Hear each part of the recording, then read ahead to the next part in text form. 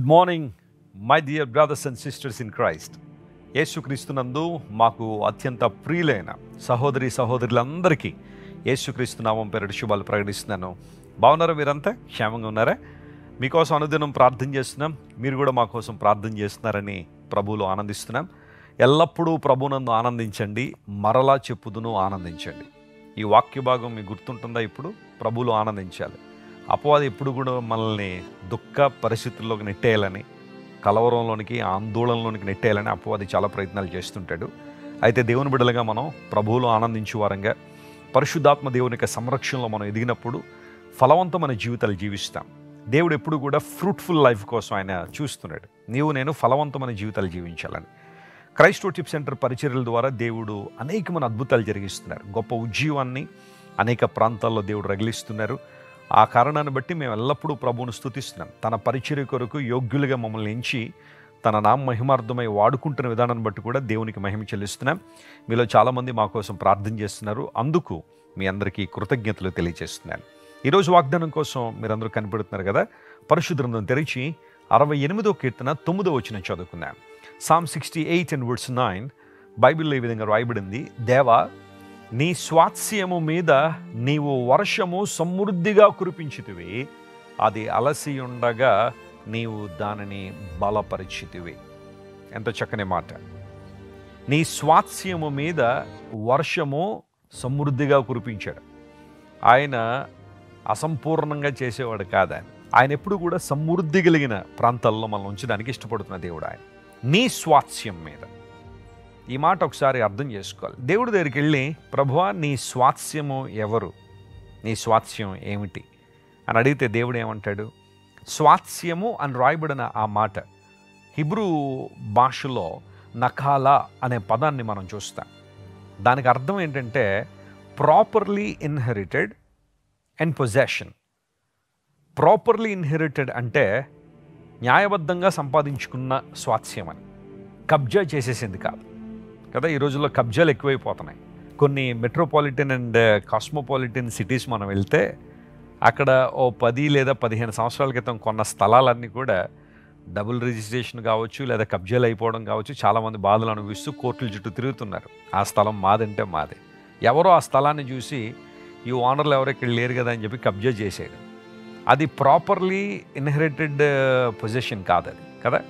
నీ స్వాస్యము అంటే దేవుడు న్యాయబద్ధంగా ఆయన మనల్ని కొనుక్కున్నాడు. ఎలా అంటే పాపంలో వచ్చి జీతం మరణం అయినప్పటికీ ఆ మరణాన్ని తాను భరించి మనందరికీ జీవాన్ని ఇచ్చాడు. సిలువలో ఒక గొప్ప ఎక్స్చేంజ్ జరిగింది, ఏ గ్రేట్ ఎక్స్చేంజ్. ఏంటా ఎక్స్చేంజ్ అంటే మరణాన్ని ఆయన తీసుకున్నాడు, జీవాన్ని మనకిచ్చారు. మన నేరాలను, మన పాపాలను, మన యొక్క పాప శిక్షను యేసు ప్రభు భరించి మనందరికీ విడుదల మరియు స్వాతంత్రాన్ని ఆయన అనుగ్రహించారు. Absolutely a great exchange on the cross of Calvary. ఆ రక్తాన్ని కార్చి క్రయధనాన్ని చెల్లించి యేసు ప్రభు మనల్ని కొనుక్కున్నాడు. వెండి బంగారాల చేత ఆయన మనల్ని కొనుక్కోలేదు. క్షయమైపోయే వస్తువుల చేత యేసు ప్రభు మనల్ని కొనుక్కోలేదు. పేతురు భక్తుడు ఇదే విషయాన్ని ప్రస్తావిస్తూ, మనందరూ కూడా పితృపారంపర్యమైన వ్యర్థమైన ప్రవర్తనను విడిచిపెట్టున్నట్లుగా క్షయమైన వస్తువులు అనగా వెండి బంగారాల చేత మనం విమోచింపబడలేదు, కానీ నిష్కళంకమైన నిర్దోషమైన గొర్రెపిల్ల వంటి క్రీస్తు రక్తము ద్వారా విమోచింపబడ్డారు అనే మాట ఆయన రాశాడు. ఎందుకు దేవుడు మనల్ని విమోచించారు, ఎందుకు ఆయన తన స్వాస్యంగా మనల్ని మార్చుకున్నారు అని ప్రశ్నిస్తే, మీరు పారంపర్యాచారాలను విడిచిపెట్టినట్లుగా, వ్యర్థమైన ప్రవర్తన విడిచిపెట్టినట్లుగా. కొంతమంది మేము విమోచింపబడ్డాము, విడుదల పొందాము, యేసు ప్రభువును అంగీకరించాము, ప్రభు బిడ్డలుగా మార్పు చెందాము అని చెప్పుకుంటూ కూడా వ్యర్థ ప్రవర్తనలో బ్రతికే వారు చాలామంది ఉన్నారు. అయితే ప్రభువు నీ కోసం రక్తం కార్చింది, నిన్ను విమోచించింది, నీవింకా ఆ పారంపర్యాచారముల్లోనూ వ్యర్థ ప్రవర్తనలోనూ కొనసాగుతావని కాదు, ఆయనకు మహిమ తెచ్చే విధంగా జీవిస్తావని, ఫలవంతమైన జీవితాన్ని జీవిస్తావని ప్రభు నీ కోసం రక్తం కార్చారు. నిష్కళంకమైన, నిర్దోషమైన, అమూల్యమైన తన రక్తాన్ని ప్రభు మన కోసం కార్చి మనందరిని విడిపించి ఆయన తన స్వాస్యంగా మనల్ని మార్చుకున్నారు.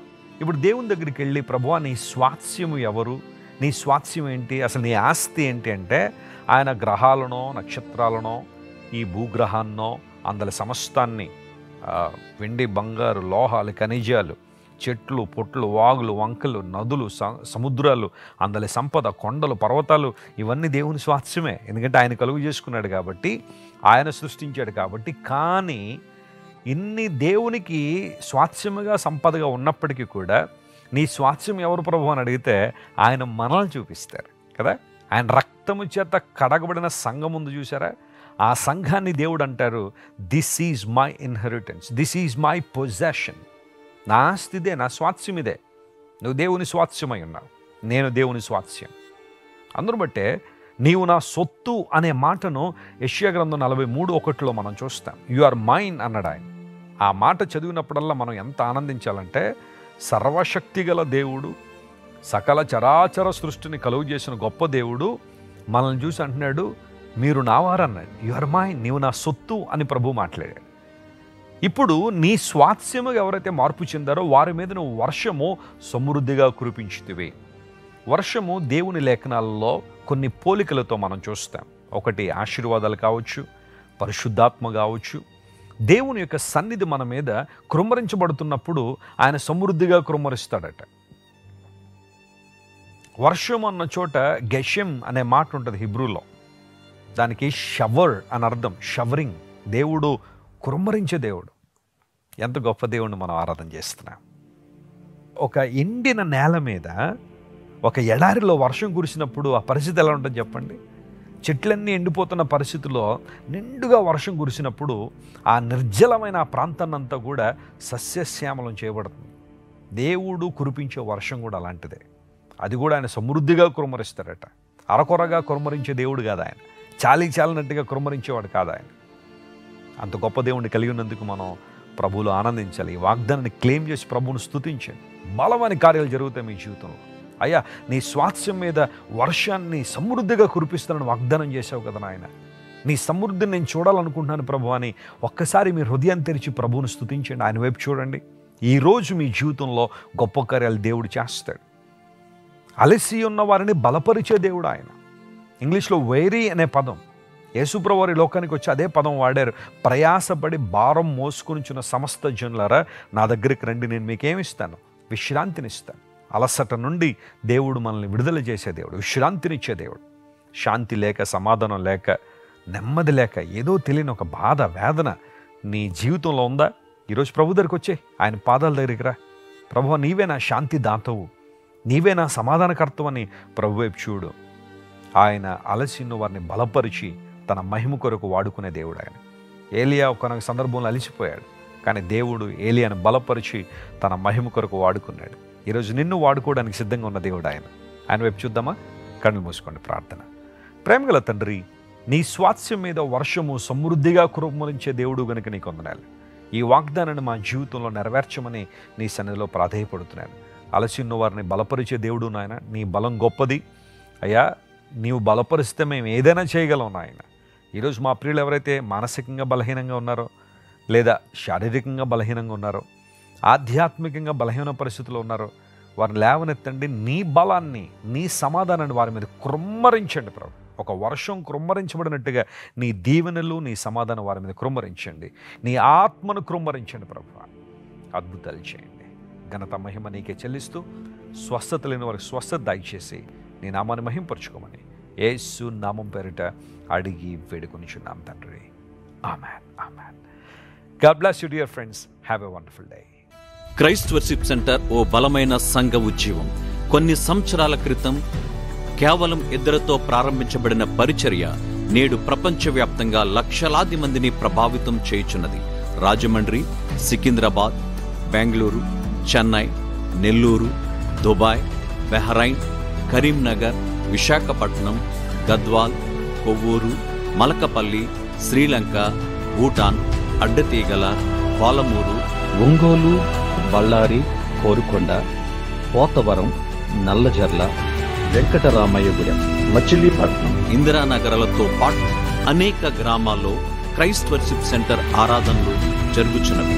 వాక్య సంబంధమైన ఉజ్జీవంలో, పరిశుద్ధాత్మ సంరక్షణలో కొనసాగాలనుకునే ప్రతి ఒక్కరికి మా ప్రేమపూర్వక ఆహ్వానాన్ని అందిస్తున్నాము. రండి, ఆత్మతో సత్యముతో ప్రభువైన యేసుక్రీస్తును ఆరాధిద్దాం. మీరు ఇంతవరకు విన్న దైవ సందేశం మరియు దేవుని సేవకులు చేసిన ప్రార్థన మీకు ఆశీర్వాదకరముగా ఉన్నదని విశ్వసించుచున్నాము. ఈ సందేశాన్ని మీ స్నేహితులకు, బంధువులకు షేర్ చేయండి. మీకు ఏదైనా ప్రార్థన అవసరత ఉన్నచో మా ఫోన్ నంబర్లకు కాల్ చేయండి. దేవుడు మిమ్మల్ని ప్రేరేపిస్తే విశ్వాసంతో సాగుచున్న ఈ పరిచర్యను ప్రోత్సహించండి. మరిన్ని వర్తమానాలు, పాటలు వినుటకు జాన్ వెస్లీ మినిస్ట్రీస్ అను మా యూట్యూబ్ ఛానల్ను సబ్స్క్రైబ్ చేసుకోనండి. ప్రభువైన యేసుక్రీస్తు కృప మీకు తోడైండును గాక.